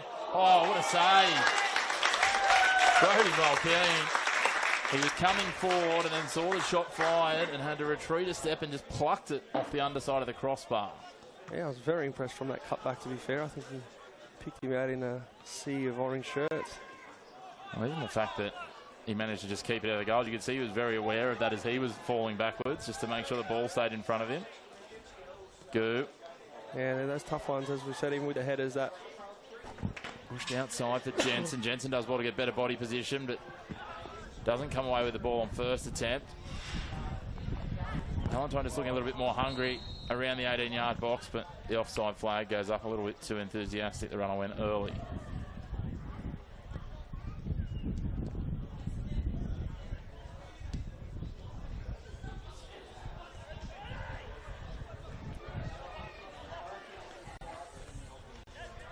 I think for Valentine, you can even see how much difference of confidence really makes from them last week, taking that lead at 1-0 to now being a few goals up.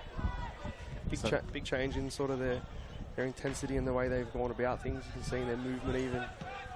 See, another change has been made that we've almost slipped under our radar. There's been an absolute cluster of them. Luke Valone on from Vilcon United, and before that Adamstown Rosebuds player. And the impact player off the bench for Cooks Hill this year.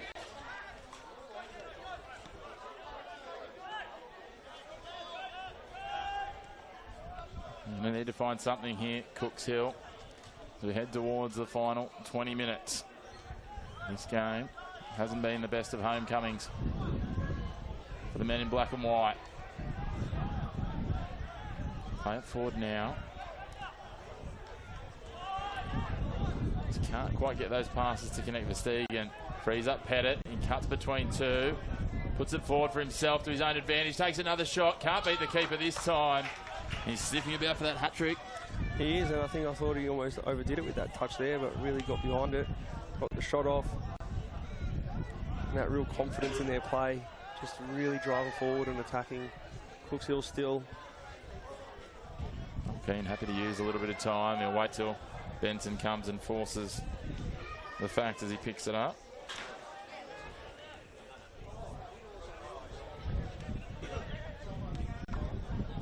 Good test here for Cooks Hill, see how they sort of react, especially now that they're really chasing, whether they really press Valentine up a bit higher than what they have been. They've been letting him sort of come out and force their way and catch that second phase play. Now they're going to have to probably force them to make a mistake or an error. A little nudge there in the back from Valone. Yeah, it's probably going to tell Coach Zoricic a little bit about his team and their mentality as to how they handle it from here. It's easy to, you know, go into damage control versus You know what I mean? You can't really afford at 4-0 just to go completely all out and throw all caution to the wind because you don't want to lose 6 or 7. No, you can't. I think you also sort of keep your foundations, I guess, in the way style of play. Obviously, especially your defensive principles normally don't change. It's probably more the effort and intensity that you go about things when you win the ball. But defending higher up also does have its perks, and you're a lot closer to the opposition's goal. But again, the same foundations apply defensively. Sort of keep your man close and get in their face really aggressive. I think he's made a few changes, actually. Sorry, Chris. I was going to say he's made a few changes, so that's obviously opportunity too, right, for some of these players that are coming on that haven't been starting throughout the opening 5 rounds to, I guess, press your cause. And you're obviously a team unit, but being down 4-0, if you can come back on and be part of, a couple of goals late, it can certainly play into the coach's thinking when we come to selecting the team for round 6 or round 7 as they push forward. Yeah, 100%, and you've got fresh legs coming on. Boys that didn't obviously start, so they've got so much to prove, so much energy as well to give for their team that they could come out and just go hell for leather and really put Valentine under that pressure and turn that game around. A number of them would have played in the reserve grade fixture, which Cooks Hill did win 2-0. So not all negatives for Cooks Hill today. But they'd love to get a goal or 2 back here. Just try and close the gap and put a bit of pressure on Stegen. Doesn't quite get that where he wants it. They lay it back. Graham, Pettit, nice little tap on from the outside of the boot. Stegen trying to put it to advantage, but Hilton gets his body in the way. Hilton working out how he wants to conjure, gives it off to Benson. Benson threads it optimistically into the box, but it's broken up by Valentine. Now they swing it wide. Yeah, some positives for Cooks Hill is that they actually have created a few good solid chances, and just the final execution has let them down. So a couple of clumsy challenges, and back-to-back sees a yellow card go the way of Declan Hughes. He's certainly been in the action since he's come on. Is that the first yellow card of the match? It is, yeah. It's a bit late. The referee's done very well to let it go. Only talking last night. Charlestown Azuri and the women's got their first yellow card of the season last night in round 6. Yeah, right. Admittedly, they've had a washout and a bye in those 6 games, but I only had a very limited football career, but I don't think I ever went 6 games myself without getting a yellow card, so me neither. Probably tells you a lot about how I went about playing football, but anyway. Pettit can't quite control that one. Graham gets a boot in at the other end. Pettit and Buffin, a little bit of tete-a-tete. Valentine poke it across the sideline. For an assistant referee, almost at an impasse, but they get it right in the end. Buffon sends it forward. Benson gets the head up. Miners heads it forward. Pettit, a no-look pass, pushes it into midfield, and then it spits out wide for Harry Lane at the back. Goo. Lane again. Goo again plays it forward. Then Ryan under pressure. He's done a good job out wide for them on the right today. Valentine just looking a little hungrier here. Liddell does well to take it away from Graham. Buffon now plays it forward. Looked a little promising, but with his back to goal, Benson just couldn't quite control it. No, but again, I think Cooks Hill are going to have to wait a little bit harder on that transition of getting the ball, really give themselves that width. Right, I think that last play they were quite narrow, right in the middle of the field. He's looked up, Buffon's looked up and see where he can go with it, and everyone's central. So creating that width is probably going to be key for him. Jensen tracks back well to collect that. Yeah, go. Keep just reminding myself that he's just 18 years of age. He just seems to be coming ahead each game that Valentine play this season. Stegen plays it wide. Jensen puts it in. Yeah, it's great to see getting so many minutes in the first grade, especially at such a young age. Ross gets a clip and the appeals are rewarded. We'll have an interesting opportunity here for Valentine to extend the lead a little further. A dangerous position for a free kick, especially when you've likely got Dean Pettit taking it.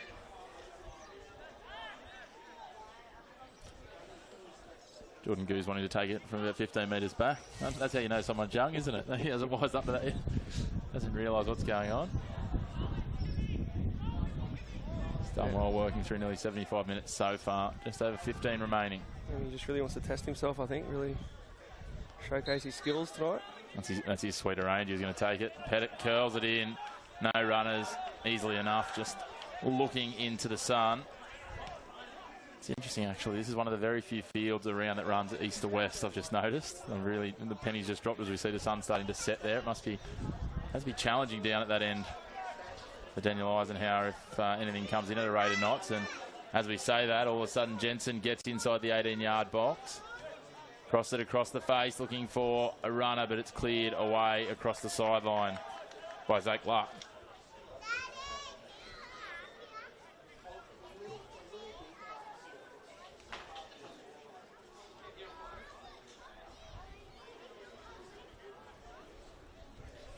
Lane with the throw. Valentine really trying to slow the play down here. Miners crossed it into the box looking for Pettit. Looks he'll clear it forward to Adele. He's going to try and put the afterburners on outside of Stegan, is he? Cuts back inside. There's another defender there in terms of Goo. Looks he'll continue to try and press the advantage down this right flank. Buffon lobs it forward, and Valentine comes out with a clear call of keeper, and takes it away from his defenders. Lane now working it forward. Valentine know very much that they're in control of this. If they can manage the clock, they can walk away with 3 points for the first time this season. It'll lift them up the ladder. And they've also got the opportunity to come away with a clean sheet for the first time as well. As Pettit goes on the attack on the edge of the 18-yard box, crosses it in dangerously, headed over the crossbar. That looked really impressive, and I think the flag's gone up anyway. But that looked, it just shows how dangerous. We've seen Dean Pettit in and around the box and finishing too, but he can just as easily be the creator. Can, and you see how simple it was. Just a great delivery into the box, and how dangerous that can be, especially when there's not too much pressure on the ball. Really giving the attacker the opportunity to put in a great delivery.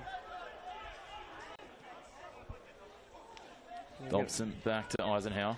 Just a bit tougher, I think, and probably a test of Cooksville and even Valentine, that character to really be aggressive in your play. I know you're down 4-0, but you want to be confident, but you have to do it in a calm and measured way.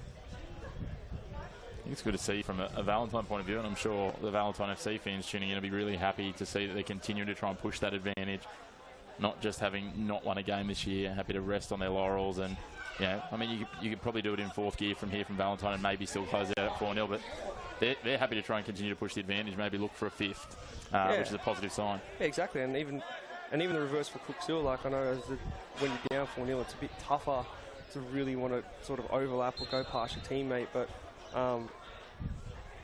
see a change coming. Ryan coming from the field, and it will be Preston Ridd coming on, the late substitute again, as he has done a couple of times earlier in the season. Gets another cap to his name.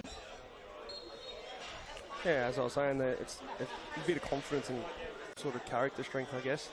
Really pushing, being able to push forward even though you know you're 4-0 down, recognising that your mate and your teammate really need that support going forward. Otherwise, you end up going to defend again. So I think before I saw Zach on the wing really go at Valentine, and their defenders, obviously the confidence of winning and being in the lead, working hard to get back. But when you're down 4-0, you've got to work just as hard to get forward and make sure that you're putting them under pressure. Otherwise, they'll always be making it more difficult for yourself to break them down. Certainly well, Valentine really disappointed with his clearance there. He didn't want to be pushing across the sideline. I think he wanted to go much longer. Nicely threaded, Benson. It looked like it might have taken a glancing hand on the way through. Ridd, his first touch, not exactly what he would have wanted, but he does well to recover and then put the pressure on and take it away from the 18-yard box. But the threat not completely dealt with.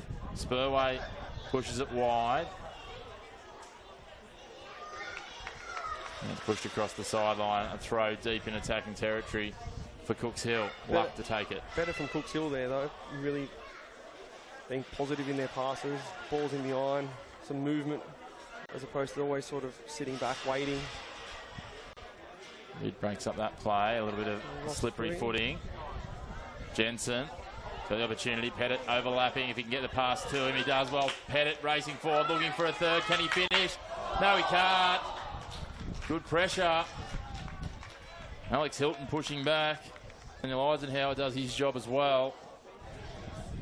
Makes himself big, puts the pressure on, and again, Hilton just gets a little poke in there to stop it, and Pettit will stand over the corner for the 5th time this half. Great tackle that, I think. Worked hard, got back, didn't give up. Although it's another corner, should be proud. Stopped his team from conceding another goal. Dean Pettit delivers this one in towards the back post. All his runners are heading forward to the front post. Not completely dealt with. Rid turns back, lays it off. Long range shot for Valentine. It's going to be hard into the sun, brought down from in front of the crossbar. He did well there, Eisenhower. It's going to be an absolute nightmare looking straight into that sun, trying to stop balls at the crossbar. It does, doesn't it? I don't even think a hat would help with the angle of the sun at the moment. Probably need a pair of those glasses that Edgar Davids used to wear. Maybe some tinted like the basketball goggles that all the players wear when they celebrate now. That'd be a look. He's already wearing the skins or sleeves, so he's got half the look. Get a Peter Check headgear with it as well. It'll be a real thing. Start seeing a few more CTEs, I think, if he starts wearing them. It's certainly not a football fashion, the headgear, is it? No. I think that was a while back that they were trying to get players to wear mouth guards as well.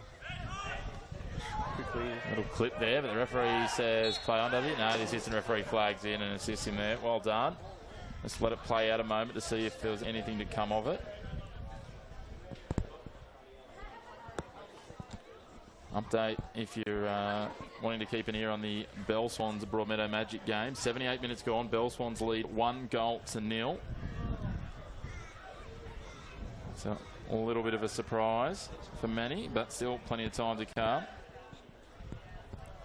And as I say that, I think Broadmeadow have levelled it from a set piece. So it's 1 goal all.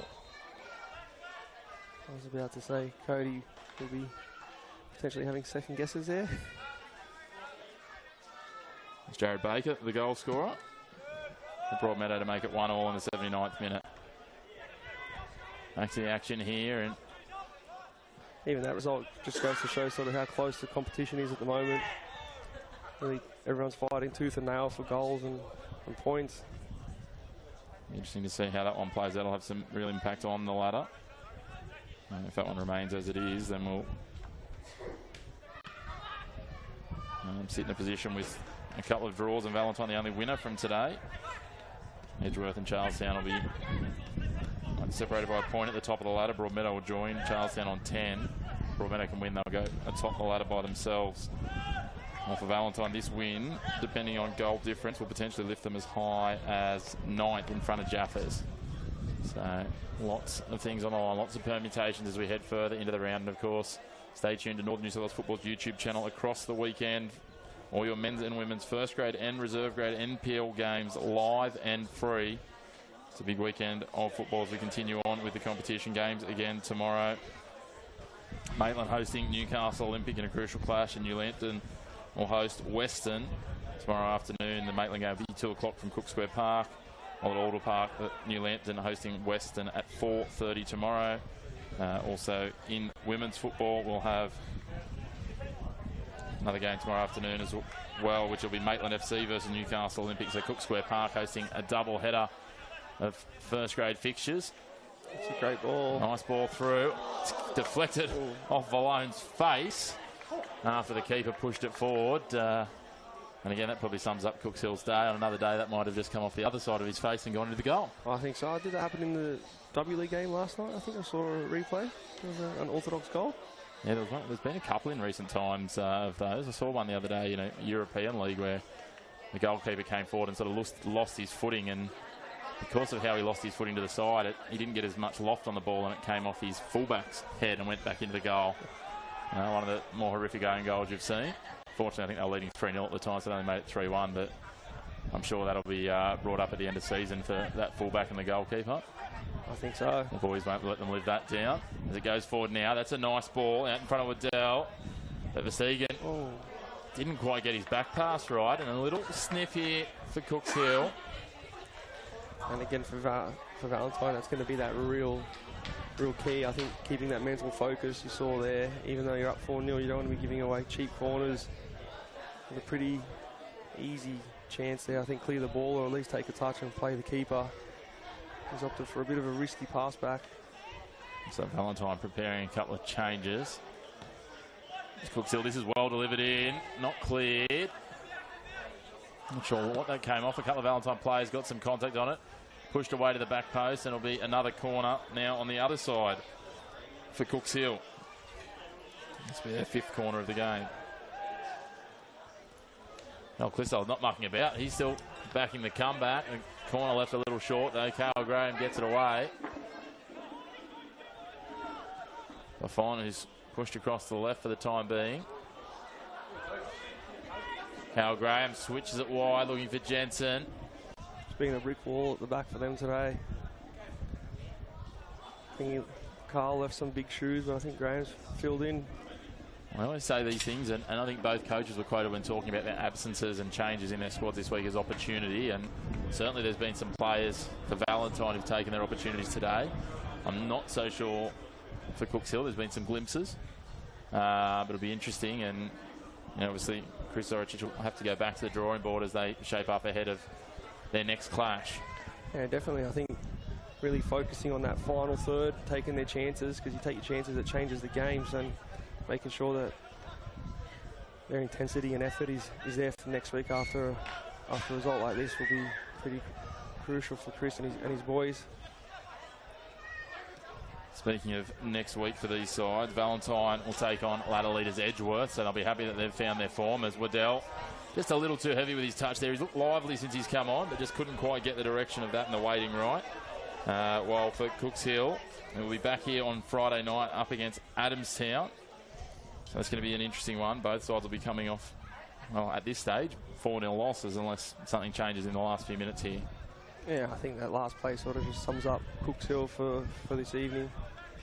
Just that final product, getting themselves into fairly good areas and letting themselves down, I guess, on the final pass or final decision. Stegan with a hit and hope.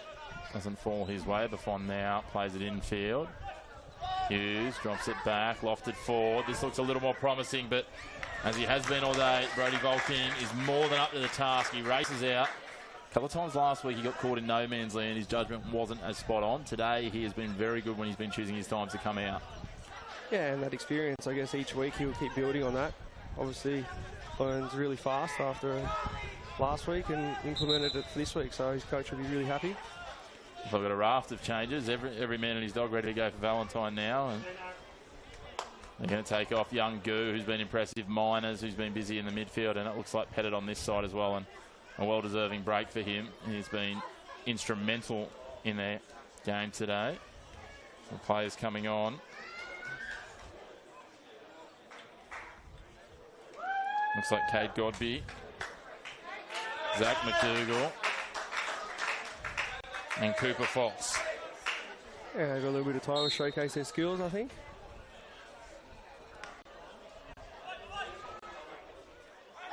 Give the coach a headache for next week after winning 4-0 and then come on as a substitute and do well. They're the headaches the coaches like to have. And look at this, Foster's nearly turned provider. Beautiful work though, Eisenhower.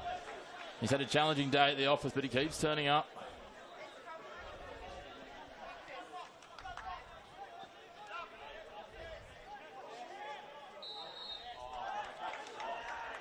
Drawing the foul there. Got a bit lucky. Nice switch of play though. Get that ball moving quickly. Lafon does well, takes on the freshman in Godby and cuts back inside. But again, the captain in Harry Lane steps up. Foss gets a nice bounce. Can't quite retrieve the ball. No, and the last couple of minutes has turned into that same transition game right in the middle. Neither team can really put their foot on the ball, make something of it. Dougal working in traffic. It's a last boot on it.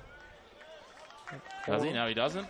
It's gone across the line before he gets to it, and so it'll be another corner for Valentine.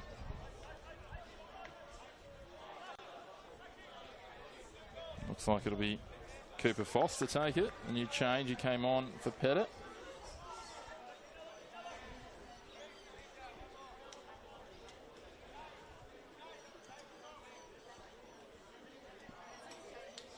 Foss over the corner as the shadows creep over Fernley Dawes Athletic Field. Valentine leading 4-0. It's been a comprehensive performance from Valentine FC. Clissold continues forward. That was an unorthodox tackle effort and attempt. Dangerous opportunity here for Valone, but broken up well again. Harry Lane is the man on the spot. And you said before, Lane and Graham have been impressive defensively, filling some big shoes. Yeah, they have. They've really closed the spaces down for Cooks Hill, made it difficult for them to play. Made them slow their forward passes and play down to a very snail pace. Update from down at Blacksmiths, and Broadmeadow have taken the lead 2-1. A little bit of late heartbreak for Blacksmiths if it continues to play out for the remaining few minutes that way. It's been a weekend of heartbreaks this weekend. 2 minutes of added time. As 2 minutes of added time to be played, yeah, certainly for the Jets girls. We talked about that. They had their heart broken from shared points in the 97th minute last night. Jets men, of course, on the weekend off with the international break this week. You can see Declan Hughes on the ball. Buffon just loses it as the ball spins away from him right on halfway. Godby takes on the throw quickly, puts it out in front of Jensen. Jensen cuts back infield, pushes across. Doesn't quite get hold of it. The ball's trapped in between. It's not quite dealt with. It continues on. It just goes to show you the intent of Valentine, I guess, the last 2 minutes of the game, and they're still sort of wanting to attack with enthusiasm, not trying to keep the ball or cycle it or anything. They're still trying to do the same gameplay, which is great to see. Continue to close it out. They'll all want to be making sure they're fit and firing. It's interesting to see this game 4-0. As we said, the Edgeworth-Adamstown game 4-0, and the 2 4-0 winners will play next week. The 2 4-0 losers will play next week. Yeah, it'll be an interesting weekend next week. Hopefully they're all 4-all matches, with the football being the real winner and coaches having some real headaches. It's a great chance for Valentine to try and turn a bit of a form line, and obviously for those other two sides in Adamstown and Cooks Hill, it'll be a great chance to get themselves back in the winner's circle. So, as I said, the competition keeps on. It keeps on going. You can catch all of the action, first grade, reserve grade, men's and women's in the NPL on Northern New South Wales Football's YouTube channel. Live and free, every game, every moment. Match of the round with commentary as well. Now, Cooks Hill, can they just grab some sort of redemption? No, they can't. The referee's whistle goes, and it's a comprehensive win, and a strong contingent of away fans get behind Valentine. Valentine in the winner's circle for the first time, 4-0, a double to Dean Pettit, a double to Hiro Akita. They led 2-0 at half-time, 2 more goals in the second half. They've sealed it here. Well earned for Valentine to be back in the winner's circle. Cooks Hill, as much as the scoreline might not reflect it, I think there are some positives to take from it. And it just feels like there's one or two little connections and cohesions that are missing there that could really turn the tables down later in the season. Yeah, I think so. I think Cooks Hill did well in parts of the game and probably just lacked that composure and quality at certain times that really showed, and missed those final chances that probably would have changed the game for them at key times. But Valentine did really well to really focus on improving from sort of their positives from the week before against the Hamilton, and focus to get some goals. And today they really showcased what they can do. Move the ball forward, quite direct, quite aggressive in their play, and it showed with 4 goals on the board. Certainly did. A first 3 points, a first clean sheet, and a very happy, undoubtedly, Valentine camp. Well done to Valentine. Back to the drawing board for Cooks Hill. As always, stay tuned to the Northern New South Wales Football YouTube channel for all of your men's and women's first and reserve grade games coming to you live and free. But for this afternoon, Chris McPherson and Ben Kanarowski signing out and wishing you a very good evening.